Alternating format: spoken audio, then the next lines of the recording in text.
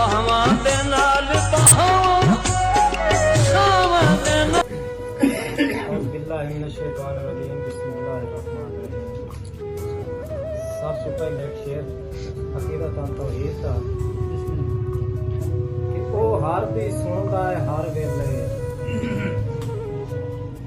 ओ हर दी सुनदा है हर वेले, कदी सारियां सट के सद वेखी,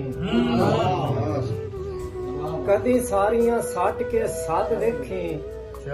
हे बहुत रहीम करीम अल्लाह उथे हुंदे करम दे हद वेखी। तेरियां बाज़ौक दुआवां दी गई हो मंजूरी याद वेखी। सभे धोमने धोप जनाब दे वैसेन रंग लगदे का शिफ्ताद वेखी। मुक गए सवाद मुहब्बतां दे उक्का सिक ते सौड़ खड़ी गई। डठी कड़कण यकदम नफरत दी इखलाक दी जिन्स दबी गई।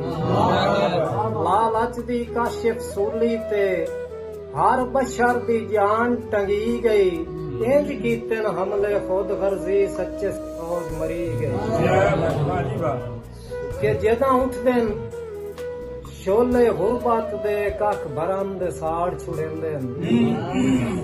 बने बतरे महल मुहब्बतां दे हिकलाग उजाड़ छुड़ेंदे।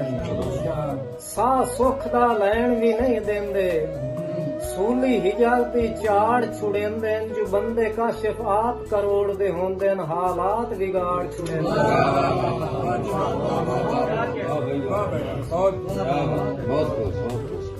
कि जिंदी सिख मजबूर नू हर वेले उसका सीख ते चाड़िया होया है उस्ताद मोहतरम।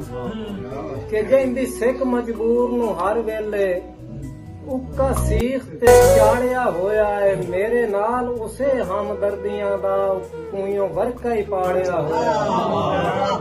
ओ ते तलख रवैये काशिफ नू एक सोच च वाड़िया होया है। ओ आप तां इतनी जोगा ही नहीं कहीं होर बिगाड़िया।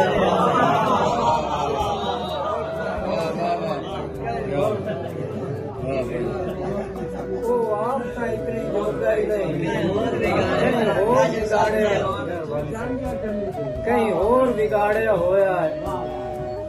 कि रुस बेशक लाए पर मिन्नत करे ना निभ गए लम्हात नू वेखी।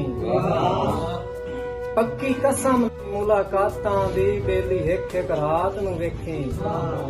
कुछ काशिफ मेरियां हजूआं दी तोड़ आई बारात नू वेखी। जो जज्बाती फैसले करन तू पहले मेरे तंग हालात नू वेखी।